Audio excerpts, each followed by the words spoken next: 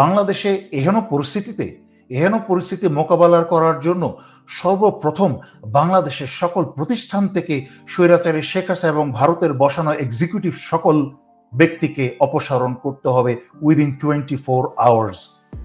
আমাদের কিন্তু সময় নেই, mind it, within 24 hours. And Bangladesh সশস্ত্র বাহিনী, বিশেষ করে সেনাপ্রধানের উদ্দেশ্যে বলছি, একই সাথে আপনি সশস্ত্র বাহিনীর যত আওয়ামী শেখ হাসিনার বসানো যত জেনারেল আছে এবং কমান্ডে যত পাওয়ার আছে তাদের সবাইকে সরিয়ে দিন। আপনাকে গতকালকেও লাইভে অনুরোধ করেছি, আপনি দরকার হলে জুনিয়র অফিসার ব্রিগেডিয়ার জেনারেলকে সেখানে অফিসিয়েটিং অফিসার হিসেবে সেই কমান্ডে বসিয়ে দিন। তা যতদিন সময় লাগে কোনো জেনারেল দিয়ে সেটাকে প্রতিস্থাপন করতে, তারপরও বাংলাদেশকে একটা পাল্টা অভ্যুত্থানের হাত থেকে রক্ষা করার জন্য আপনি প্রোঅ্যাক্টিভ হন, নট অ্যাক্টিভ, প্রোঅ্যাক্টিভ। তারপরে খেয়াল করে দেখেন, এখনো পর্যন্ত যেখানে আমাদের মাননীয়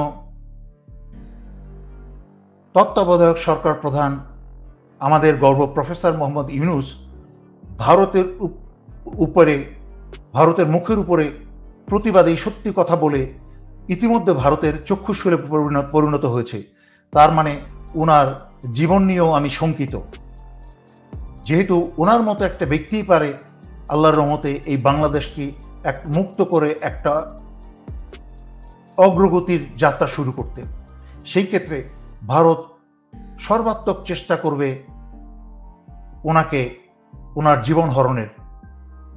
সেখানে মাননীয় সেনাপ্রধান, আপনি তো চোখে ব্লাইন্ড ফোল্ডেন না তো? আপনি কি হলো আপনাদের যে আপনি ওনার সিকিউরিটির জন্য হাসিনার শয়তান এসএসএফ এর ডিজিকে আপনি ওনার পাশে হাঁটতে দেখছি আমি।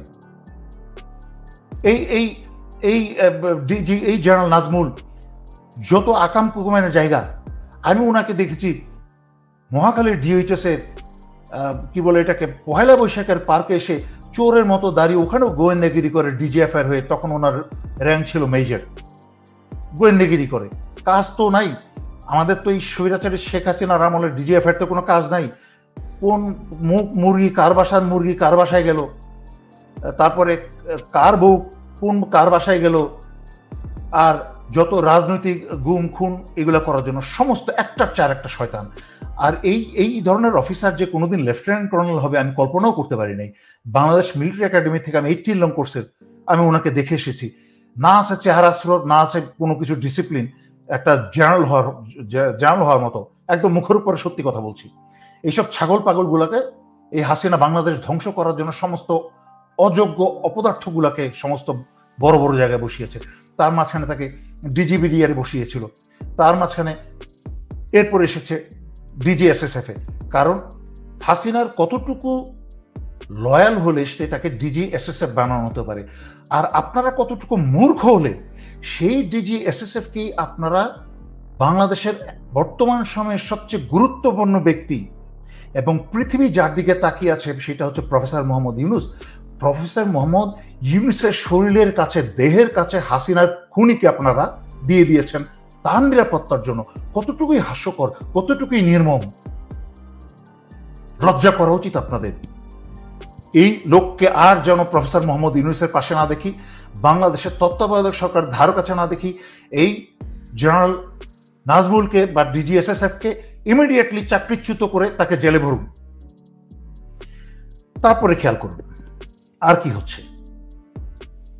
বিনা সিকরি আর একটা হচ্ছে একটা শয়তানের কারখানা। এই শয়তানের কারখানাটা সাবেক কি বলে বাংলাদেশে ভারতীয় হাই কমিশনার ছিল। এই বিনা সিকরি সে তার মাথা নষ্ট হয়ে গেছে। সে ভারতীয় মিডিয়াতে এসে বলছে যে, চিৎকার করছে, মায়াকান্না করছে, সে বলছে হায় হায় বাংলাদেশ গেল, ভারতের কি হবে। এবং নির্লজ্জের মতো বলে যাচ্ছে যে বাংলাদেশের বিভিন্ন খাতে, যোগাযোগ ব্যবস্থায়, এডুকেশন সেক্টরে, শিল্প কলকারখানায় তাদের যে অবদান আছে সেটা তো কি বাংলাদেশের বাংলাদেশের মানুষের জন্যই, বাংলাদেশের মানুষের উপকার ছিল, কারি আমার তো কান্না চলে আসছে তার কথা শুনে।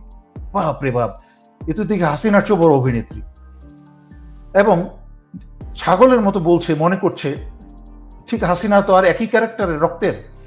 বলছে বাংলাদেশের জনগণ ভারতে রপ্তানি করে প্রতি বছর $2 বিলিয়ন পেত। আরে অসভ্য মহিলা, তোরা তো চুরি করে বাংলাদেশ থেকে প্রতি বছর $100 বিলিয়ন উপরে নিয়ে যেতি, বাংলাদেশিরা তো কিছুই পেত না। Bloody idiots. সুতরাং বিনা সিকরি কিন্তু সাংঘাতিক সক্রিয়। অজিত দোভাল গেছে, এই জায়গায় কিন্তু এখন বিনা সিকরি প্রবেশ করেছে এবং আরো চ্যাম্পিয়ন প্রবেশ করেছে, উঠে পড়ে লেগেছে ওরা এখন বাংলাদেশের ভিত্তে একটা পাল্টা অভ্যুত্থান করার জন্য। আপনাদেরকে অতীতের ইতিহাস থেকে দেখিয়ে দিই। 1975 সালের 15ই আগস্টে যখন এই স্বৈরাচারী শেখ মুজিব এবং তার পরিবারের বিরুদ্ধে অভ্যুত্থান হলো এবং আমাদের জাতীয় বীর মেজর ডালিম এবং ডালিমরা তাদেরকে শুইয়ে দিল ইতিহাসের পাতায় নাম লিখালো যে স্বৈরাচারী করলে, জনগণের এবং মানুষের উপর অত্যাচার করলে কি ফলাফল হতে পারে। এবং এই এত বছর পরে, আচ্ছা যাই হোক, ওইটা শেষ করি। তো করার কয়েক মাস পরেই কিন্তু 3রা নভেম্বর এই ভারতের সাহায্যেই খালেদ মোশাররফ এসে পাল্টা অভ্যুত্থান করল। কিন্তু তখন যেহেতু আমাদের সশস্ত্র বাহিনী মাত্র স্বাধীন দেশের হলেও শহীদ জিয়া রহমানের মতো এবং আরও কিছু অত্যন্ত বুদ্ধিমান অফিসার থাকার কারণে তারা সচেতন ছিলেন যে এরকম একটা কিছু হতে পারে। তারা দ্রুত 7ই নভেম্বর শহীদ জিয়ার নেতৃত্বে সেটাকে দমিয়ে দেওয়া হয়।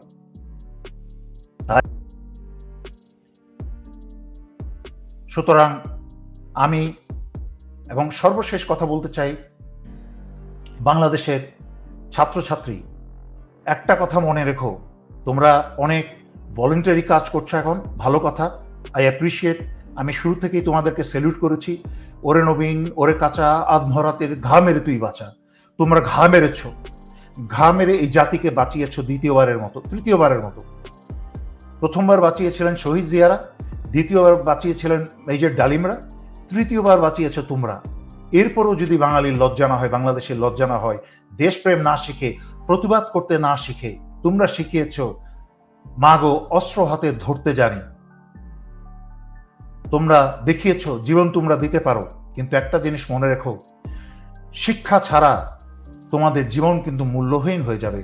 তোমরা যদি মনে করো নাহিদ আর আসিফ সরকারের অংশ হয়ে গেছে, ক্ষমতায় বসে গেছে, ভুল। ওরা বাংলাদেশের এই বর্তমান কালো অধ্যায়ে যেভাবে রাস্তায় থেকে সাহায্য করেছে নেতৃত্ব দিয়ে, সেভাবে এই সরকারের যারা বসেছে, শুধুমাত্র ব্রিগেডিয়ার শাখাওয়াত ছাড়া কিন্তু আহামরি আর কেউ কিন্তু এই ধরনের পরিস্থিতিতে অভিজ্ঞ না। সুতরাং তো সবাইকে সাহায্য করতে হবে। তোমরা হয়তো বা চোখে আঙুল দিয়ে দেখিয়ে দিতে হবে যে আঙ্কেল বা স্যার দেখেন এই জায়গাটা বাকি রয়ে গেল, পুলিশের ওই লোকটা শয়তানে রয়ে গেছে কোনো চাকরিতে কিভাবে থাকে, স্যার এই যে দেখেন এই যে প্রশাসনের অমুক সচিব অমুক যুগ্ম সচিব, সেনাবাহিনীর অমুক জেনারেল এখনো কিভাবে থাকে। এরাই তো হচ্ছে হাসিনার আবার পুনর্প্রবেশের ফাটল, যেই ফাটল দিয়ে আওয়ামী লীগ এবং হাসিনা আবার বাংলাদেশে প্রবেশ করে অশান্তি সৃষ্টি করতে পারে। তোমাদেরকে ওরা বসেছে আঙুল দিয়ে দেখানোর জন্য, সহযোগিতা করতে। আবার একই সাথে তত্ত্বাবধায়ক সরকারের পাশে ওরা আছে যেন প্রয়োজনে নাহিদকে আর আসিফকে ডাক দিলেই পাওয়া যায়। কিন্তু তারা, আমার বিশ্বাস যে তারা আবার একই সাথে পড়াশোনা চালিয়ে যাবে। কারণ মনে রেখো, বাংলাদেশে কোনো এক সময় তো নির্বাচন হবে।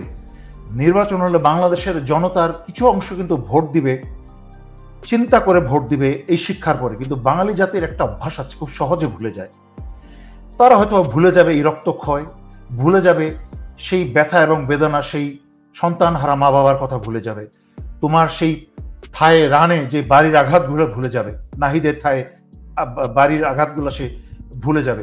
ভুলে গিয়ে আবার চোখ বন্ধ করে কোনো পারিবারিক দলকেই, কোনো ব্যক্তিকেই ভোট দিয়ে যাবে।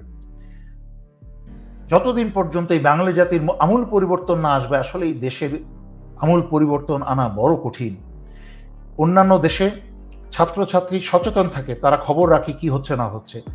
যখনই কোনো সরকার ভুল কাজ করে তার রাস্তাঘাটে নেমে যায়, সমস্ত রাস্তাঘাট বিশ্ববিদ্যালয় অবরোধ করে দেয়।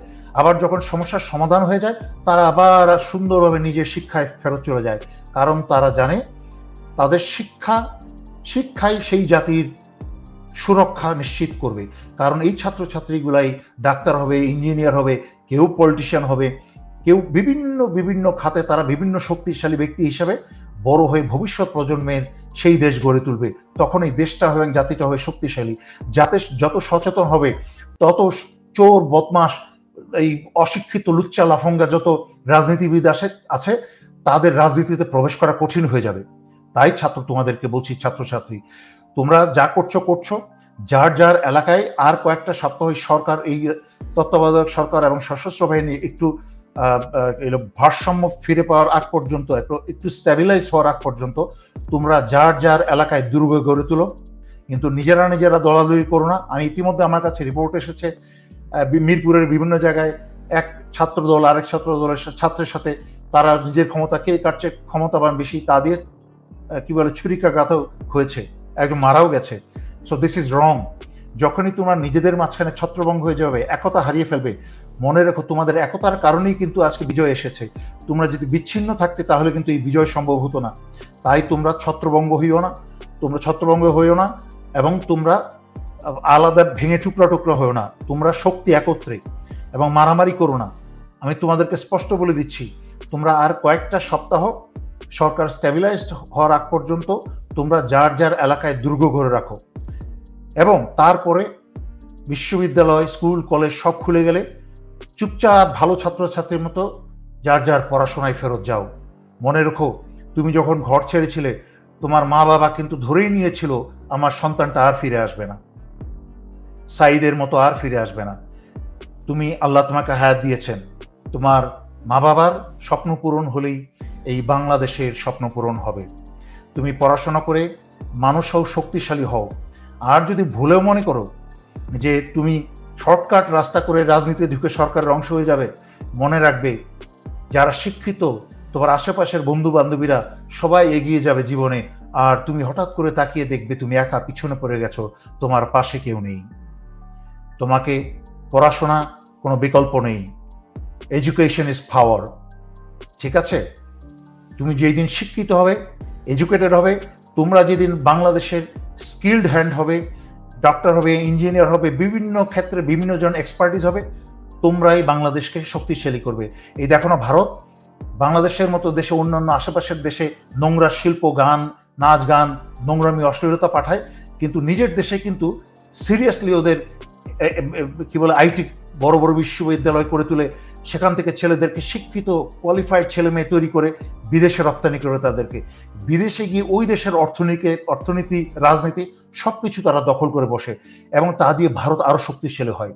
তারা তোমাদেরকে শেখায় নোংরামি, নিজেরা হয় শক্তিশালী। তাই আমি আর কথা লম্বা করবো না। আজকে কথাটা লম্বা হলেও দয়া করে এই কথাটা সবাই শেয়ার করে দিবেন, কারণ আশা করি প্রতিটা কথা অত্যন্ত মূল্যবান এবং তা অর্থ সবাই অনুধাবন করতে পারবে। এই বলে বাংলাদেশের এবং বাংলাদেশিদের শুভকামনা করে আমি এখানেই শেষ করছি। ধন্যবাদ। আসসালামু আলাইকুম।